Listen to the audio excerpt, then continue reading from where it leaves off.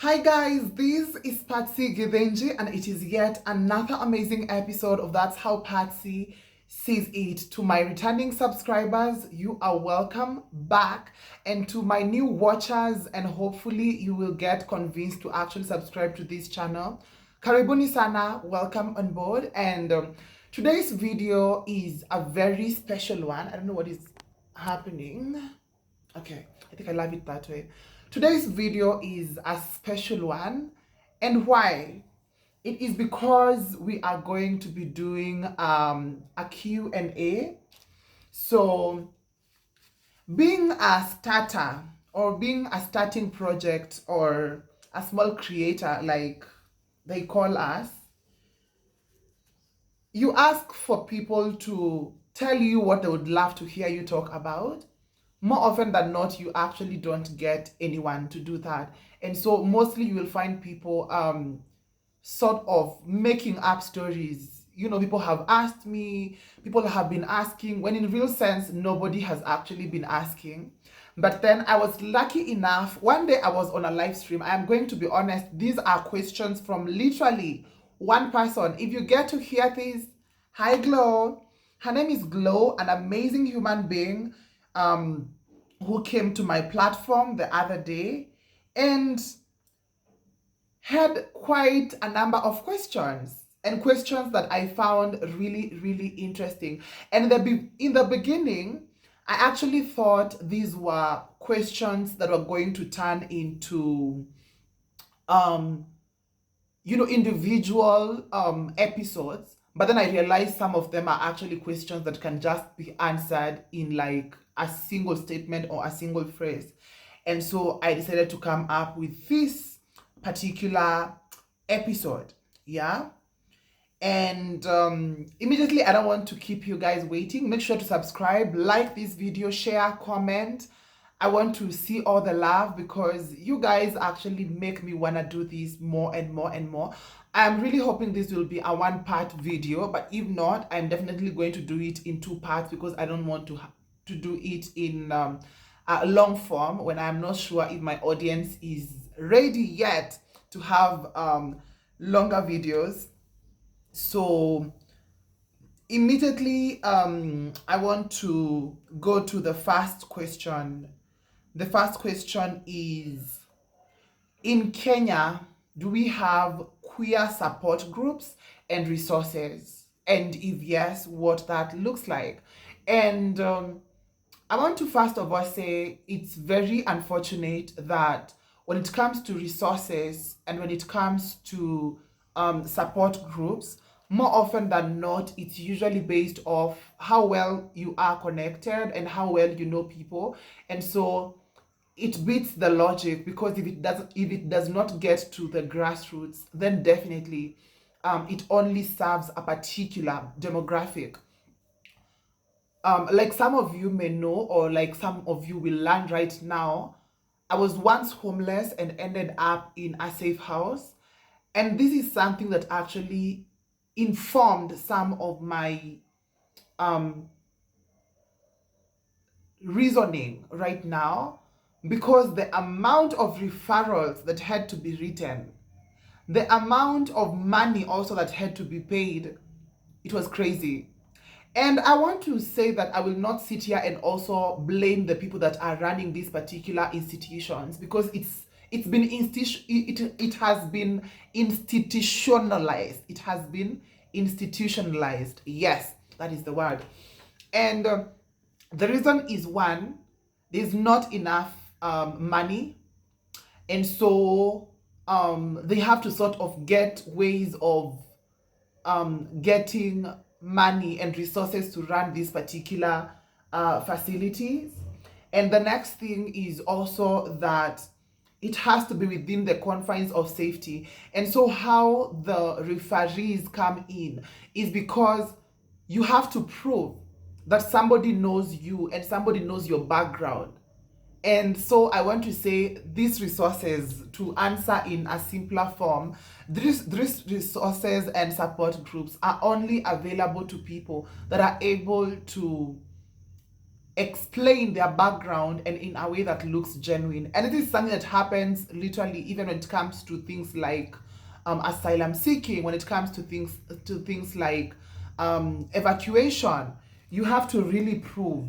You have to really prove that you're in danger. You have to really prove that you are genuine also. And this is because the field has been filled. Okay, that is actually a tongue twister. The field, FIELD, has been filled, FILLED, with infiltrators who are coming in and masquerading as who they are not. And so this is why there is a lot of mistrust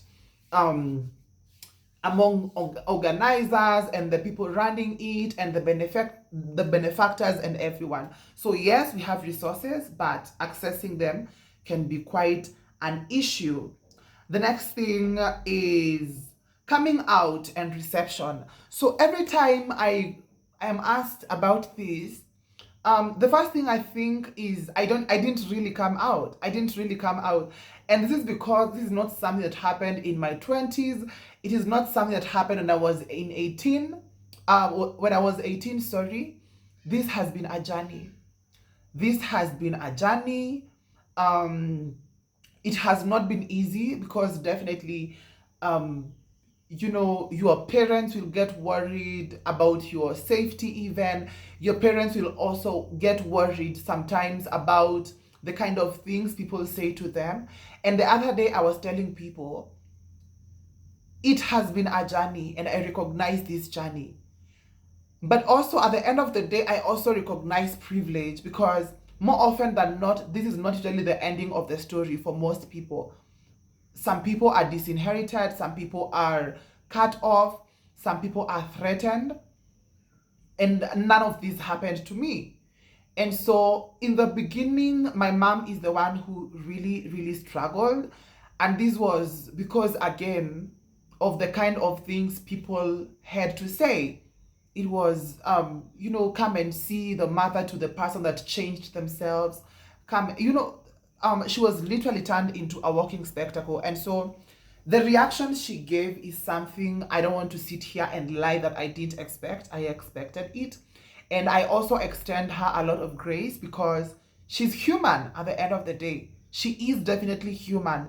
And at the end of the day, I don't want to assume that she was supposed to also sacrifice her peace of mind because she was trying to hold space for me. The same way I wasn't able to trade off my authenticity in order to hold space for her. Yeah? That was actually the situation. And so in the beginning, it was a little bit acrimonious, that it was. And I remember even blocking her. And this is because she was sort of trying to shove her ideologies and the way she saw things down my throat. And to me, it looked like betrayal because this is a person who I thought had my back the whole time, and now this major thing has happened and she's sort of pulling back and saying, you know what, I think you need to give in. My dad, however, I feel like he's very open-minded. He is, and he has been open-minded. And I want to say it is not open-minded in the way people would think. It is open-minded in the fact that he is able to sit and wait to hear me out. And that is what this journey has been about. And so as I am learning things about myself, I have also seen parents who are ready to sit down and also hear about what I am all about, what I represent, and what the end game really is. And this is why I was saying things like when I talk about coming out, and the reason why I usually say I didn't really come out. When I had when I had my baby, I remember one of the people that were really confused were my parents because they're just like, what is happening? And it is because this has been a journey. It still is a journey. And as we all know, the trans conversation is not something that is it's not a random Tuesday to have the trans conversation. We are making it to become, a common occurrence, but to most people, The trans conversation is actually a very new idea. The next one is, do queer people get paid?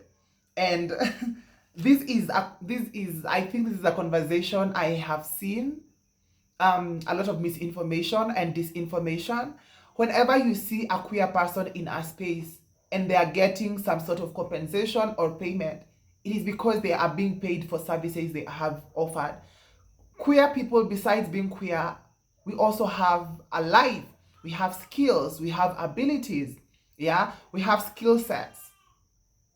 And it was very interesting when I saw an anti-gender actor person speaking, and this man said that he's aware that queer organizations are usually targeted by donors, and someone in that particular panel actually challenged him and asked him, why are you trying to act like fascists and fundamentalists don't have donors that actually aid their forums? So it is literally the same thing that happens. The same way fascists and fundamentalists are funded, that is the same way queer people are funded, and they are equipped with enough information to make sure that they are able to counter the retrogressive narratives. That is all I am going to say, but I don't think someone is actually being paid to just be queer.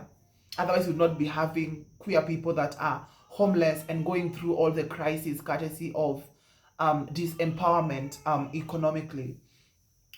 The next thing is me as a trans person in the professional world, the corporate world, what that has looked like. So more often than not, truth be said, it is she's being showered, so don't worry about the cries. She is distracting me though, but yeah, she's taking a shower. But in the professional world, more often than not, truth be said, I have said no to opportunities because they don't affirm who I am. I have faced restrictions from certain opportunities because of who I am. And also in the same light, I have also gotten opportunities because of who I am also. But I want to also categorically say that it is not that I am getting an opportunity because I am a trans person. I am getting those opportunities. Someone keeps on calling me.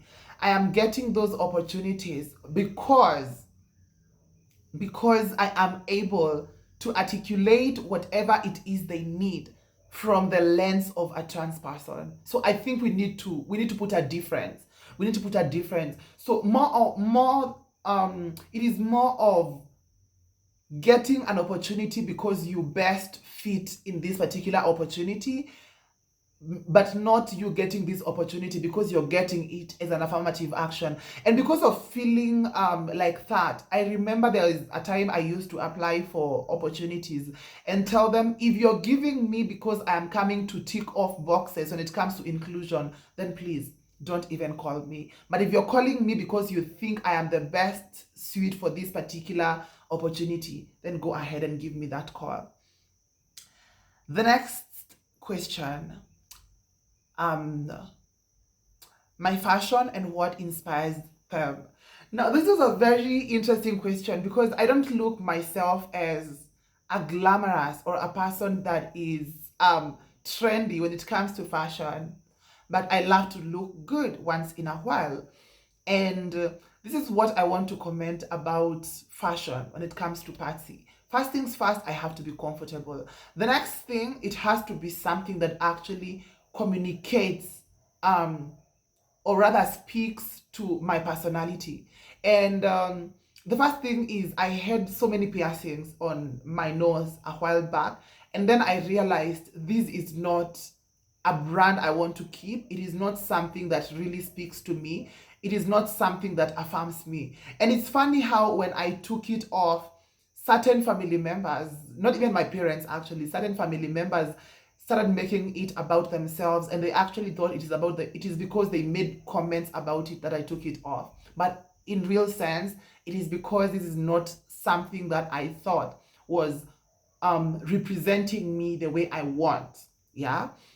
The next thing is, In terms of outfits, I am not the person that labels feminine masculine, and I think that has been noted. So on certain days you will see me without makeup, on certain days you will see me in sweatpants, on certain days you will see me in jeans. And the reason why I chose to specifically speak on this is because there are people who expect that just because I'm a trans woman, then I'm supposed to be in dresses throughout, I'm supposed to be in makeup throughout. People need to differentiate that I am not a drag queen, I am not a performer. Yeah, I dress. I dress to impress me. I dress it. My dressing is not performative. It is me living my life the best way I could. Yeah. Um. The next thing is. The next thing is. Let me just deal with this fast because now she is distracting me. I don't know why people can't, Nini. People can't. That really distracted me, but it's okay. Let's move on. Just call once. It's okay. Where were we? Yeah, so about fashion. So yes, I feel like that's it for me. I don't overthink it. If I like something, yeah. The next thing is also I really put on outfits that sort of also affirm my body. Yeah. So you'll not find me in the bodycon dresses, just because my anatomy sort of restricts me in that regards. And remember, I said my anatomy. I didn't say every other trans person is operating within the confines of those particular rules. That is just for me. The next thing is that one I am going to handle later. Identity crisis. So I have had so many trans people especially saying that they don't like describing identity crisis as that. We have all the sweet names for it, but for me it was just exactly that. It was a crisis. And this is not something that started when I was in puberty, like most people speak about it. This is something I struggled a lot with. And I remember the peak of it all was when I would like look at the magazines, I would look at people during events and just think, oh my God, look at how glamorous this gown looks. I will never get to wear such. I will never get to wear such. And so there was this emptiness, yeah? There was this emptiness, of course, courtesy of the cultural norms, courtesy of the cis heteronormative roles that are being imposed on you. And you're just like, it looks like I'll just have to be dressed up in these pants, uncomfortable as they are, because that is what is required of me. And dressing mostly, dressing, and the pronouns and the misgendering. I feel like these were the three major things that used to really trigger my I'm losing my words. This is one of the, it used to really trigger the feeling of insecurity in who I was, in dysphoria. Yes, that is what I'm looking for. It used to really, really trigger my dysphoria. And this went on for as long as it stayed, through most of my primary school, through high school, definitely, through campus, to a point I quit. It was a lot. It was a lot. And it was not until 2022 when I started sort of speaking up, and I started seeing other people that look like me, and people that told stories that looked kind of similar to mine. That is when I sort of started getting affirmed, because the whole time I was very sure calling myself gay was not what my identity really was, because I recognized being gay was about identifying as a man and feeling as such and being attracted to men.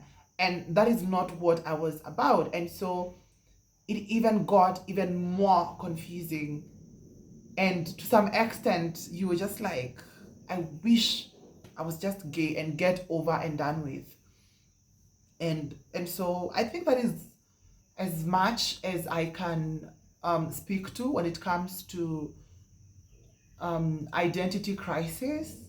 And of course, by now, like anyone can tell, I am able to eloquently speak about who I am, describe who I am without fumbling, because I have gone through a journey of self-actualization, a journey of introspection, a journey of self-finding, soul-searching, and self-deliberating. And I feel like I am in a lot of peace with myself.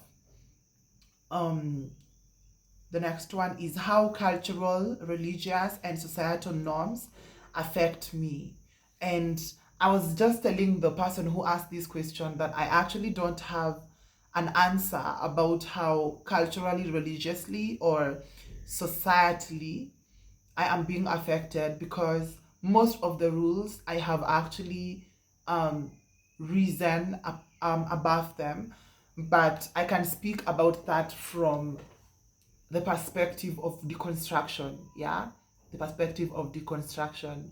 So this is something I remember we talked about yesterday on a TikTok live stream, and I was telling people, when I look at religion, when I look at traditions, when I look at culture, I don't look at them as things I have to belong to or things I have to subscribe to.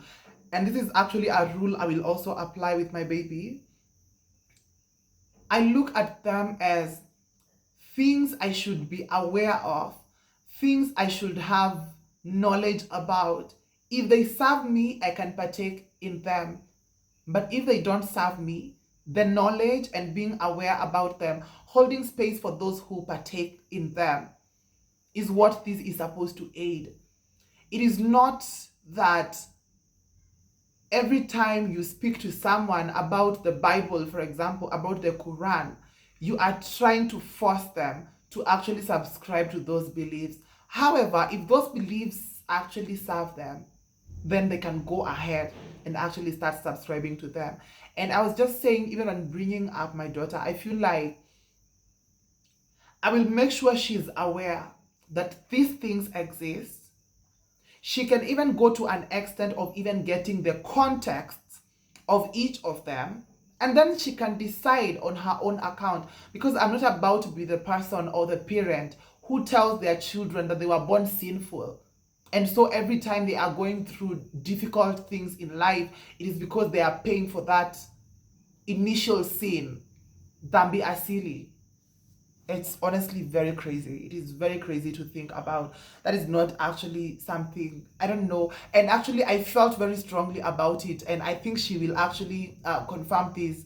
When she asked about the cultural, religious, and the societal norms, I was just like, those don't get to me at all. In fact, they don't matter. I play by the rules of my game. I play by the rules of my game every single time. What gaps do you see in representation or policies that need attention?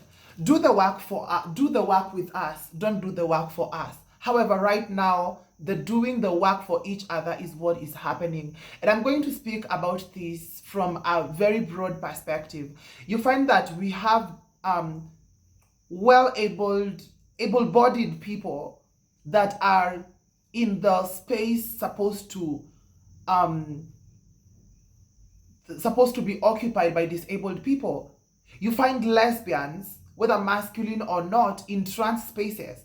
You find non-binary people in trans spaces. You find trans people in gay spaces. You find trans people in lesbian spaces. And so this brings some sort of confusion, and I believe in individualism. And when it comes to representation, I am one of the person that believes individualism is going to literally be the savior. In that, if trans matters can actually be articulated by trans people from a lived experience perspective, then I believe there is better communication instead of the broken telephone kind of thing. I am a trans person. I am supposed to report to a programs manager who is a lesbian woman to go and speak about my issues. And definitely, when she goes to speak to those particular issues, she speaks from the perspective of what she had. It is not about the reality on the ground. And this is what is happening mostly. This is what is happening mostly. Even in the cis heterosexual world, when it comes to voting, the political class, all those things, you find a woman representative who is supposed to be representing women. But if you ask her about femicide, if you ask her about SRH, if you ask her about period shame and period poverty, she can't even tell you about it. But at the end of the day, this is a person who has actually been put in a position of power to speak to these particular needs. And so I'm just like, how realistic is that? So that is what I have to say about representation policies. And that is a thing that actually needs the attention. I hear people always saying, oh my God, I am the voice of the voiceless. How about you make sure the voiceless are not there by handing the mic to them? But of course, gatekeeping. We want to keep the mic as far as we can from them so that they are not able to access resources and we are able to take advantage of that, which is very selfish and which is very inhumane. The next one is, what advice would you give to younger queer individuals navigating similar experiences? Remain authentic in your journey. That is the first thing. It is not, we are not a monolith community. And I feel like this is something that needs to be said. Just because I'm a trans woman does not mean everything I say is what every other trans woman should be doing. The same way, cis heterosexual women, what one person is doing, one of them loves lipstick, the other one likes mascara, one of them likes self-care, the other person does not care about it. Then this person likes slim sexual partners, the other one loves them on the plumper side. This is like, we are very diverse as human beings. So first things first, discover yourself from a personal level. Yeah, yearn to learn about yourself. What do you like? What are you about? What is your identity? And when I hear about the transitioners, let me speak to the trans identity. Unless you were transitioned as a child, most people who transitioned in their adult age and they end up detransitioning, it is because that is not who they are.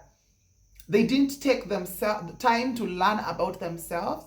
They thought they were a feminine male or a masculine female, and then immediately went into transition just for them to realize, maybe I am just a masculine woman, I am just a feminine man, I am just non-binary. I actually don't believe in any of the binary provisions when it comes to gender. So I feel like the most impactful advice I would give is just be your authentic self. Be your authentic self. It is good to gain affirmation from other people's lived experience, but you cannot be them. You cannot be them. Absolutely not. You can't be them. Yeah. The next one is would you say someone is born one or they become one? This is speaking to becoming queer, becoming trans, becoming gay, becoming lesbian, becoming non-binary. And then to that question also, she also added, anything that assumes trauma or victimhood as the default experience? Or is it rebellion? Do people do it in protest? So first things first is I want to say, when we speak to being born queer or do you become queer, I'm just wondering, for cis heterosexual people, are you born knowing who you are supposed to get attracted to? Or is it something that just comes automatically? Then I think when you're able to answer that question, that applies to everyone, because even queer people are still human beings with a lived experience sexually and gender-wise the same way you do. The next one is it something that assumes trauma or victimhood as the default experience? Now, if it assumes trauma or victimhood as the default experience, then I usually love to say that this is something that a psychiatrist should be dealing with. And mostly, let me speak to trans people. If you are responding to trauma or victimhood by transitioning, then it means you are actually experiencing dysmorphia, which is a clinical condition. And it is not something you can fix using hormonal replacement therapy. It is not something you can actually fix by having a gender reassignment surgery. You got raped as a baby, you got raped growing up, and then you want to change your gender because you think this is going to wipe away the trauma. Then it doesn't. That is actually what dysmorphia looks like. So I want to say no. It is not supposed to be something that assumes trauma or victimhood as the default experience. It should be something that comes very organically. The next one is it rebellion? Do people do it in protest? Some people do. Some people do. I have seen some people who identify as gay or lesbians or even trans because they want to sound cool or because it is the new slang in town. But at the end of the day, how do you know the real ones versus not? The longevity. Yeah? How authentic it is. We can tell. People argue that we can't, but we actually can. The next one is pronouns and terminologies. This is something I was really avoiding to speak on. And I think I told her that when she asked me this question. And this is because when it comes to pronouns and terminologies, these are things that are actually attached to gender expressions, gender identity, mostly, yes, gender expression and gender identity. This is where the pronouns and the terminologies come in. And let's say, for example, I am dressed the way I am, or I'm presenting the way I do. You are in makeup, you're in heels, you are in whatever. Someone calls you, hi ma'am, yeah, in our context right now. And then you want to beat them about it, you want to drag them about it, you want to tell them that no, I'm still a he, him. And the question I love to ask people is, we usually say gender is a social construct, yeah? And gender as a social construct actually equates to, it is as a result of cultural norms, it is as a result of cultural norms, it is as a result of the time we are living in, it is a result of the context you are in. And so if it is she has that actually wear abayas and they wear diras and everything, how wrong is it for a person to actually say to me, hi ma'am, when I'm in a dira? And I love to say, and this is the ground I am going to stand on, you are actually addressed the way you present. And this is something even most of the liberal trans women usually say, because conservatives are known to be a little bit on the strict side. But even a liberal trans woman and a person who is honest with themselves are going to tell you, you need to put in the work. Because I know very well that if I don't put in the work, if what I am giving on that day is not giving she, her, then I am going to get a lot of people mispronouncing me. I am going to get a lot of people misgendering me. I am not trying to be transphobic. I'm not trying to be homophobic. I'm not trying to say that if you're not passing enough, then you should be misgendered or you should be mispronounced. But at the end of the day, we need to also be cognizant of the fact that we live in a society and we live around a place with cultural norms, a place that we are in sync with a certain time in this particular setting. And so there are certain things that people don't really think about. And the next thing is, it is not literally everyone who knows about trans people. So how many people am I going to fight? If I'm supposed to fight everyone that actually calls me he, him when I am in jeans and I am feeling she, her, how many people am I going to fight? So that is the main question. And mostly this is why I say, for example, on days when I am feeling like I have not put in the work, and I know this will like make sense to you because I have already explained about it. For example, in washrooms, I will not go to the female washrooms. If I have put in the work, then it means going to the male's washrooms actually means I will be making someone uncomfortable. Some of these things are just unsaid rules. And I feel like people just sort of love looking for issues where there are none. And so when it comes to pronouns and what was the question? And terminologies. Yeah. In terminologies, we also have now the gays, lesbians, da da da da. I don't think this is something I need to discuss with you unless I want to. Gender identity, maybe, because I don't want you to mispronounce me. I don't want you to misgender me. But speaking about terminologies, things like who I am having sex with, because that is where now sexuality comes in, I don't owe you that. The next one. Key moments that shaped who I am today. Key moments is the very important one is having parents that are sensitive and that are open-minded and that were eager to learn. That was very important. The other key moment is also my parents let me be, and so I was able to find myself in the most authentic way that I could. Instead of if they aided my transition, I don't think I would have loved it. The third thing is coming into contact with feminist movements.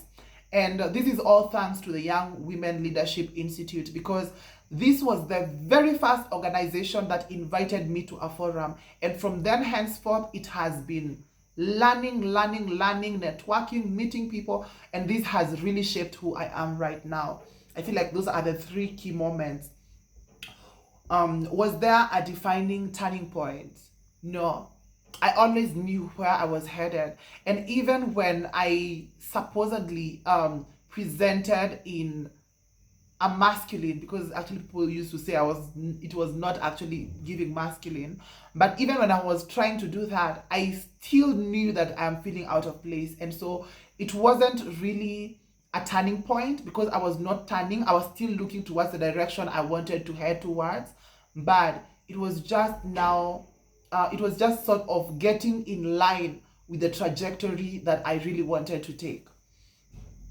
The next one is, who or what has had the biggest impact on your journey? The first one, my parents, of course. The next one is the organizations that actually came through for me, and I especially want to thank the Young Women Leadership Institute. I want to thank Defenders Coalition. I want to thank the Global Narrative Hive, courtesy of the Global Dialogue.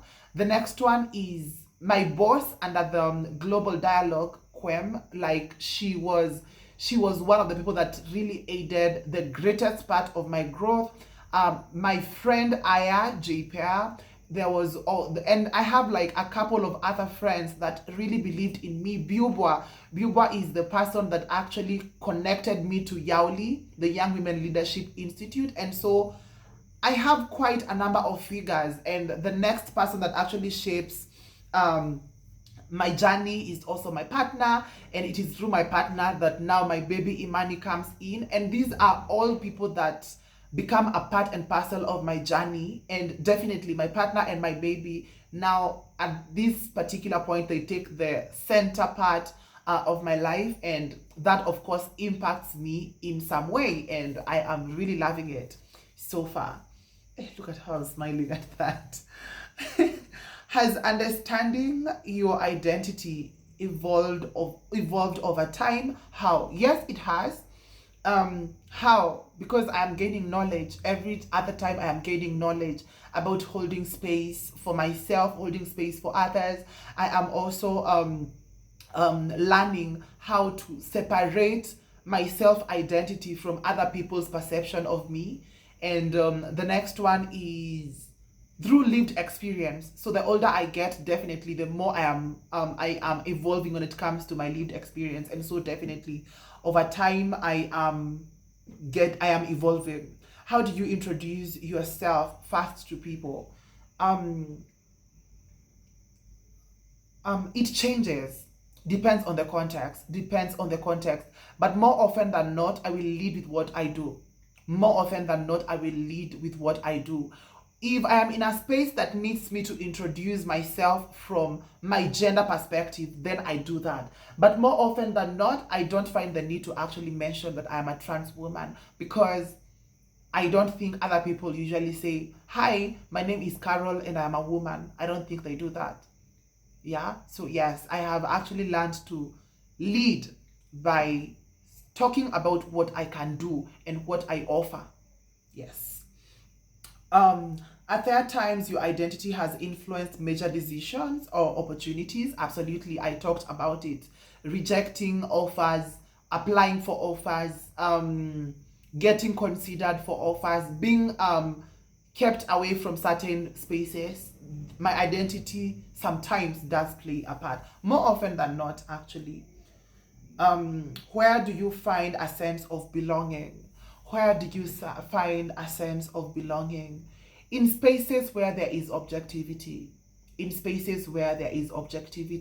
Before, I would say I find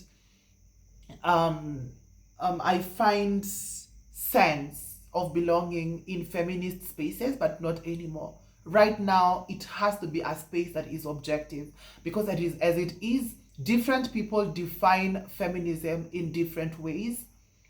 It's the objectivity that I am looking out for. And so objective spaces for me will not be spaces where we are just drinking alcohol and having sexual conversation and sexualizing each other, objectifying each other, talking each other down. No. Objective spaces are spaces where we correct each other, grow each other, network through each other, elevate each other, correct each other in a way that suggests decorum. This is what I am speaking about. What does support look like for you, and who provides it? Support comes from different people, mostly friends and family. What does support looks like? Support looks like people that come through to aid circumstances where I am feeling short. And so I am feeling some type of way about something that happens. Who is this person that comes through? And so at times this person is my partner, at times it's a friend, at times it's my mom, at times it's my dad, at times it's my sister. At times it is just a random fan on TikTok or on YouTube who affirms my pronouns and my gender. At times it is just a person who says, I see what you do, please give me your account details. Yes. And so it does not come in one form. It is in different shades, in different forms. Yes. Even support looks like people who just say, I love what you do, and then when I'm doing the next thing, I'm just like feeling gassed up that someone actually believes in my practice. What do you wish more people understood about your experiences? We are not a monolith community, even as human beings. Experiences are very diverse, they're very different. And so people need to know that just because you believe in a certain way of living life does not mean that is how everyone else should believe in. The next thing, people keep on saying that the continent is boring. The continent is not diverse. Yeah? The continent is not, I wish we had dinosaurs. I wish we had. Meanwhile, there is a neighbor of yours that is trans and you're not even able to hold space for them.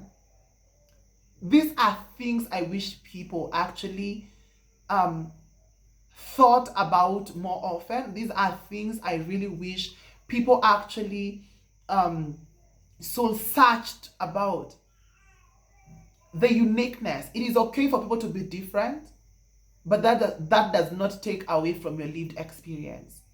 And you living authentically also, this goes to people who are feeling downtrodden. You living authentically does not take away from my lived experience. Yes. The next one is, and this is the last one, definitely not the least. If your story were to inspire someone, what would you want them to take away? That my lived experience is just my lived experience. It shouldn't take away from your lived experience, and vice versa. Your lived experience should not take away from mine either. Comparison is the thief of joy, they say. So live authentically.